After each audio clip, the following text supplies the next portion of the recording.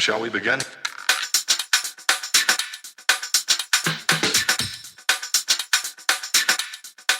Let's begin now. All right, everybody. Welcome to a brand new episode of the Frankly Francisco podcast. As you can hear, I'm a little bit under the weather, but I had to get this gentleman on the show. I've been following him quite a bit. He is growing his podcast tremendously. He has a niche of talking to celebrities, which I'd like to find out how he's managed to do that.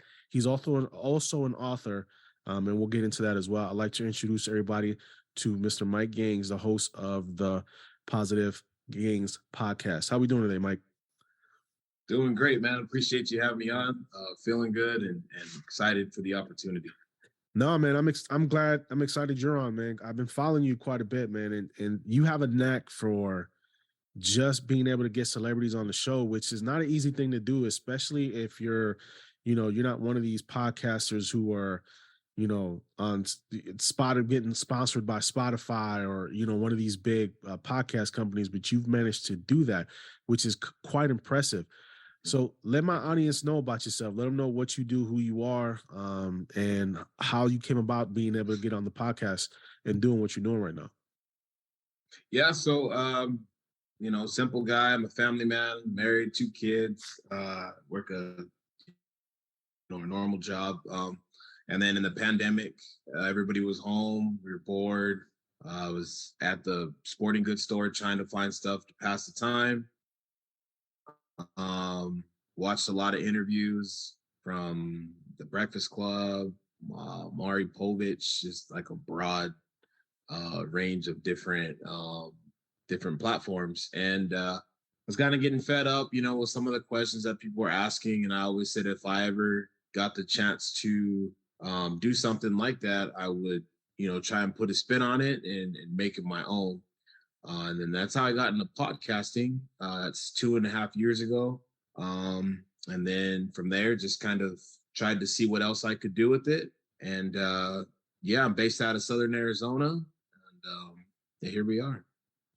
So, like I said earlier, for you, you've gotten quite a knack of getting celebrities on the show.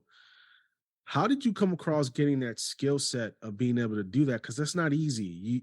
Getting Right. people, people who are famous or semi-famous, Right. or, A-listers or even B-listers, getting them on a podcast is damn near impossible sometimes because you have to jump through hoops to talk to their manager or talk to their handler. So how did Right. that skill come about of you being able to do that? I'd say early on, I used to manage the local Boys and Girls Club.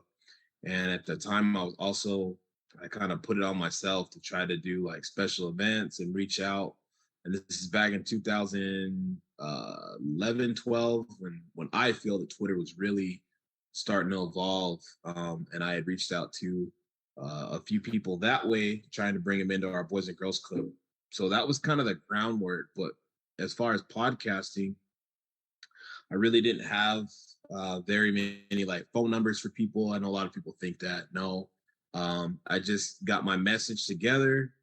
And to be fair, I did know like a couple of the street ballers, but nobody like, astronomical, I guess as people would say. So I got my message together of what I was going to say to somebody. And then I played a numbers game. I looked at the amount of followers that people had, and that would kind of tell me if I was going to have a chance at reaching out to that person. So I kind of just check mark some people off depending on the amount of numbers and then what I was trying to look for in a guest. And then just, as they say, shoot your shot and see what happens. And luckily, I kind of hit the ground running, and it's been a huge blessing. But really, I'd say I just, got away from, I guess, the norm and trying to think outside the box as far as how to really try to bring somebody in. Well, I think that's brilliant because essentially you did the analytics. Right. You did it by Yeah. the numbers. Yeah. I mean, you ran it analytically. You was like, hey, listen, these guys got so much following. Shot might not be as good, but if this guy has this much followers, I might have a better shot at doing it. That's brilliant. Because people are going to go for top can be. They're going to want to get people like Dwayne Johnson or Joe Right. Rogan on the show. Right. And you know, those guys are not even gonna pay attention to anybody that's inboxing them at all. They have No. handlers that do half the stuff that they do on social media anyway. And you Yep. want to get those people who are going to be more organic with you during those interviews. For you, for as long as you've been doing this, what for you has been the most impactful interview that you've had so far with one of these celebrities? You said impactful? Yeah. Um, oh man, there's been quite a few. I always say that I learned from everybody. Everybody that's come on, I've learned, but impactful. I'd probably have to narrow it down to two people. There was one. There's Omar Gooding. Um, and as far as podcasting, like before you start, you'll have like a mini session where you're talking to somebody beforehand before you start rolling. And that's kind of where I really started to learn about people and having those off camera conversations. Because you see people on movies and TV and you think you have an idea of how they are and it doesn't really go like that. They're always pleasant, but it's always you get a good understanding for their craft. But impactfulness, I'd say Omar, because Omar kind of took me down a story. We started from the top, about his parents, his brother, and then how he got into acting, and then talking about John Singleton, how we got him into Baby Boy, and then transitioning into Disney Channel. And I didn't realize that some of the bumps and bruises along the way that people face, and that kind of opened my eyes a lot. Just because you're from a certain family, or you've been in this movie, it doesn't mean that everything's gravy. And the second person I would say would be Jade Yorker, from the Gridiron Gang, and He Got Game, and tons of things like that.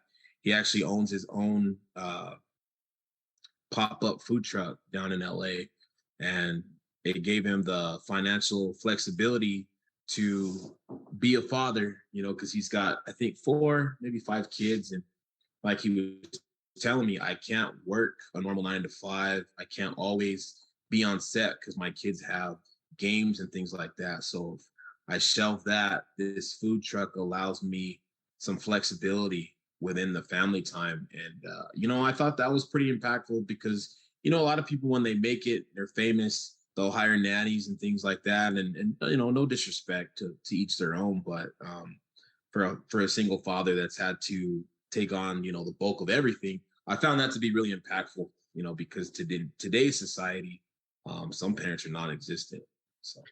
Yeah, and you get that glamour of Hollywood. Everybody thinks it's all glitz and lights and glamour, and they don't understand that these people have to live real lives behind the camera. Like if they're, they have wives, they have family, they have bills, they have concerns, they have everything that we would have. It's just, I think sometimes social media and people tend to hype these people up and they put them on a pedestal, and they don't realize these people have everyday problems the same way we have. And I heard that interview you did with Omar Gooden. He seems like he's a laid back dude, man. I heard the story of him on the Baby Boy set about him not, him and Tyrese kind of clashing a little bit, because Tyrese wanted to hang out, and Omar was like, "Look, man, I just want to come here, do my lines, go home." That's, you know what I mean? That's it. Yeah. So just very professional, just wanted to go there, just do his thing, go home. It was not personal. But that tells me he's more, he's one of these guys that, look, he just tries to stay away from anything that's going to equate drama for him. And then you can tell in that interview you had with him, that's just the kind of guy he is. He's just a laid back type of dude. He doesn't like dealing with too much of the drama that comes along with Hollywood. Right. But for you, being able to get these people on, has a lot of this been word of mouth too? Has, once you've interviewed somebody, they've passed your name on to somebody else, or they giving your information to somebody else, and you've been able to contact these people, or they've been able to contact you? How does that normally work? Both ways. Sometimes it's word of mouth. Sometimes I've learned to do other things that will maybe land me an interview. A story, like I saw it was an ad on Twitter a couple of years ago. This guy, Spoken Reasons, he was looking for somebody to build websites and things like that. So again, shooting your shot. I put it in the replies. Hey, this is what I do. here's my work, in case you want to look at it, and then he liked it, narrowed it down to one other person. That person didn't want to show their work. I had nothing to hide. And then I was able to land an interview off of that. Yeah, and then with Jade Yorker, we did an interview, and two of them actually, and he's passed my number off to people, and I'll come home and he'll be like, "Hey man, this person wants to be on the podcast. I've already cleared it. Here's their number. Give them a call." And sometimes it works out, sometimes it doesn't, but it's just such a blessing to be able to, I guess not piggyback, but in a sense jump the line, to have that contact information for those people. But normally, no, it's just me just hitting the ground running and sending messages out to people and just analyzing and watching different things, and most of it. So how long did it take you to grow your audience to where it is now? Because, it's all about downloads, right? It's all about, social media can be a hard nut to crack sometimes, Twitter and TikTok and all these other places.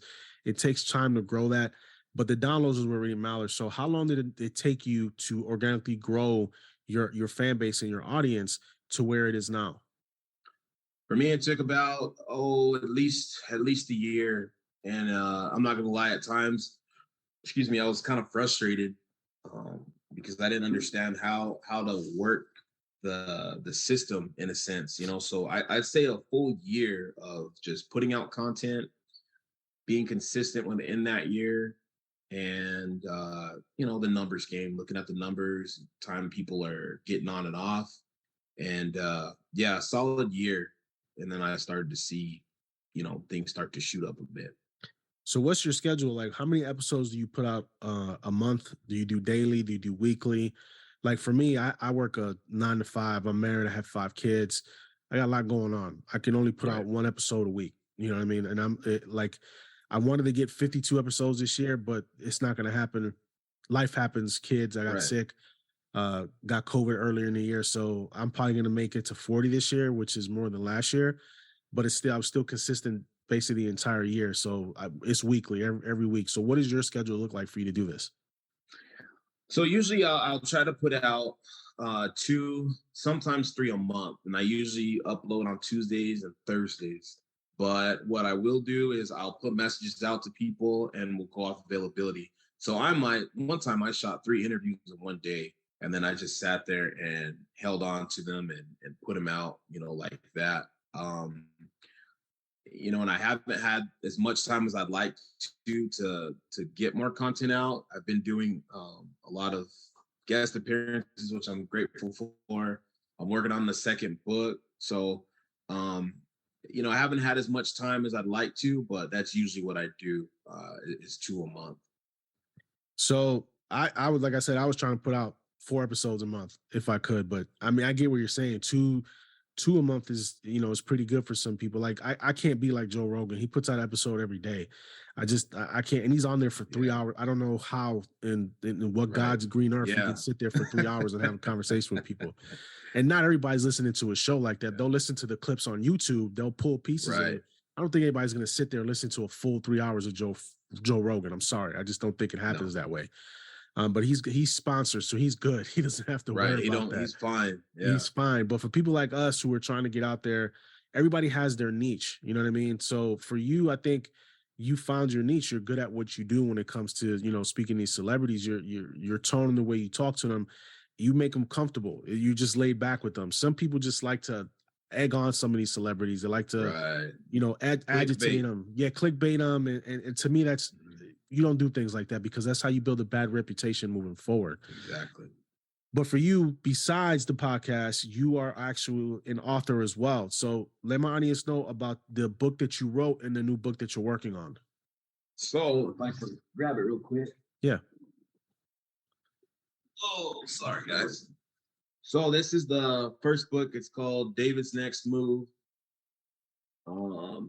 Real simple book. It's perfect for ages like 6 to 9, maybe 10. Good starter book. It's based on me having to move from Texas to Arizona due to my mom's job.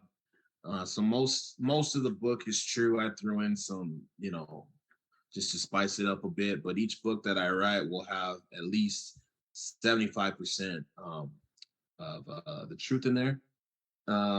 It's available on Amazon. And yeah, I'm currently working on the second one right now. I hope to have it out. I was shooting for December, but it's looking like January. And any teasers on what the book is going to be about? Yeah, the second one is going to be about my reluctance in playing piano. I was a big knucklehead growing up. I was very hard-headed, and my mother was always pushing me to do things. And as a child, I didn't want to learn how to play. You know, she made me, but I ended up learning. You know, I had no choice. But yeah, just my reluctance in learning to play piano. I think a lot of kids are at that place where their parents are, you know, seeing what's good for them. They're looking towards the future. And, you know, as a kid, you don't care. You want to know, like, what time are you going to get that PB&J sandwich? You know, I'm not worried about, you know, instruments and things like that. So yeah, it's relatable. So with 2023 around the corner, man, what is the big moves for the Positive Gains podcast? What is it that you're looking forward to do next year? I mean, it's a new year, you know, new interviews. Do you have a plan in place for yourself for more growth? Is there things you're working on that, you know, people should be made aware of, or are you trying to keep some things close to the vest? Uh, you know, what I'll share is obviously the book. I've got a big thing brewing with maybe like a panel interview with some different people. That's something I'm looking at right now. In 2023, I will have my Spanish out. I'm gonna do I've said it now for a little bit. I'm gonna do a total podcast in Spanish so I can reach more viewers. Nice. That's coming. Same thing though. I'm gonna have more people on, but I'm always looking to grow as far as like the platform. So, first thing was the podcast that gave me the base. You know, the second thing was the book, and now I'm looking at what else can I do, because now it's a brand. You know, you understand it's you start off small and you can grow it into something big. So, yeah, there's some good things happening. That's what I'll share right now. It'll make more sense in the future though. Yeah, I mean, listen, a new year means new opportunities, ways to do things. It's like me, I'm always on the hunt for new people to talk to, you know, new people who are trying to get themselves out there. Like my niche is just talking to up and comers, is talking to people who are trying to make something out of their life. Right. I've never been on the celebrity stuff because it wasn't me. You know what I Right. mean? I like talking to everyday people because to me, everybody has a story. Sometimes they just don't have that outlet to get it out there. Right. So it feels good when I'm able to help somebody get their voice heard and get their story out there, and they get more notoriety for it. And you know, it makes me want to do the job more. It makes me want to continue doing this. But like we said, we got to make money. So, you know, we have to work regular jobs. I'm not getting sponsored by anybody. So, you know, now with the pandemic being over, it's been hard trying to find sponsorship because people are not indoors anymore. Right. People are not. So you have to put out a product that people want to hear. And it all depends on what you're putting out. You know, it's hard because now you have to pay to play. You know, you got to, everything's advertising. Right. So it's not really, to me, sometimes it's not organic because if you're paying for it, there's nothing organic about it. You have to advertise and you have to put yourself out there. The one thing I won't do is buy followers.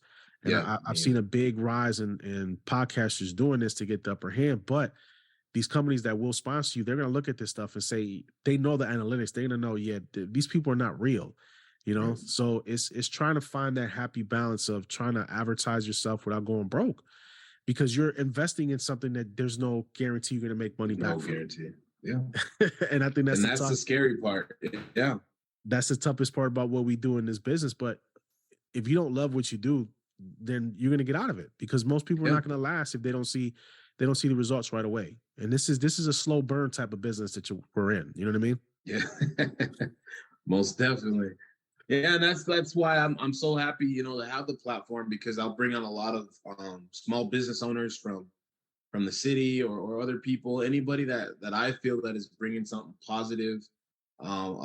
Same thing. I'll try to give them a platform, and I've ran into that where, oh, I don't know if I'm what you're looking for. No, you're perfect for what I'm looking for. You know what I mean? You're out there, you're making a difference.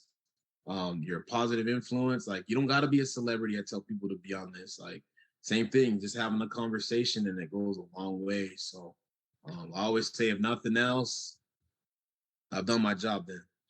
And it's crazy because I've had podcasts that's gotten 500 plus views, 600 plus views, and then podcast has only gotten 13 downloads. You know what I mean? Or 15 Right. downloads. It's so sporadic, man. It's crazy because you have to hashtag just right when you're posting your stuff. You have to get it to the right audience, and it can get stressful for a lot of people to get this done, especially if you're doing everything yourself. So your website, how do you track the views? How do you track if people are going there? Because you build websites, correct? Mm-hmm. So obviously you built your own, correct? Yeah. Yeah. So how do you track the analytics on that? Because I don't have a website. The reason I don't have a website is because I tried getting the website and I just wasn't getting traction to the site. So in your opinion, what tips can you give people who want to bring traction to their website? Oh, wow. Like you said, being organic, being yourself, but to get, I guess, the people, to get them to follow you, or not to follow you, to bring more people there. Like you said, the advertising. But I feel like there's a lot of different ways you can advertise. Obviously, you have all the social media, you have your people, like, your friends and family. But something that I've done too is you can get a booth, like here in town, like at the malls, you can get a booth for like $50, and you can sit there and you can hand your stuff out. And you can do that all day if you have the time. As far as the website, if you, depending on which one you pick, there's so many different ones. You can pick something that'll count it for you. Now, if you're looking to really bring the people in, maybe you cut like I do. Maybe you cut an interview that has gotten you more traction, okay, and then you cut these different spots, like a 20-minute interview that might get you 5 or 6 different clips that you can cut, and then you just sit there and cut it. Another thing that I'll do is you got to look at the dates. Example, like Last Chance U. I did the interview with Coach John Mosley. The season 2 drops December. This is about the time now when I want to start cutting a few more and sending it out so people get that little switch, and then maybe that brings them to the channel. And then looking at your favorites, if people have told you, or you see your downloads that are something was a little bit more popular than the other, maybe go back to that one a little bit, and like I said, cut it. Those are things that I've used that kind of made the most sense to me. But I don't know, there's so many. I've heard a lot of different opinions and things that I haven't seen before, and I've used them too. So that's what I would say, as far as just bringing it all together and cutting different things and just staying consistent. So where can people find you? Where is it that they can find the Positive Gains podcast? So you can find me on Instagram. My old account got hacked, so I had to start a brand new one. It's all good, but it's at the new Positive Gains. I'm on TikTok, the Positive Gains, Facebook, the Positive Gains. Got the website. It's kind of confusing because I'm in a battle right now with my likeness, I guess you'd say. Like, it's a big story, but I can provide that as well a little bit later on. So yeah, anything majors at the Positive Gains, with the exception of Instagram, the new Positive Gains. So listen, before we jump off here, it's an enjoyable interview, man. You have a lot of knowledge, and I think you found your niche that's working for you. I'm going to keep following you and wish you the best of luck on everything that you're doing, man. I think that you have a positive impact with your interviews that you do. Because you commented on one of my videos, and that's how I found you, because you commented on one of my videos on TikTok. I'm always watching. Yeah. And that's the thing. And I tell people all the time that you never know who's watching your stuff. You never know what's going to come up in the algorithm or pop up for you. Yeah. But I appreciate you taking the time to come on here, man. It's been very enjoyable. You're always welcome back on the show. I like to leave everybody what I always leave them with. No matter what anybody says, if you found your purpose, live it. Appreciate everybody. Talk to you later.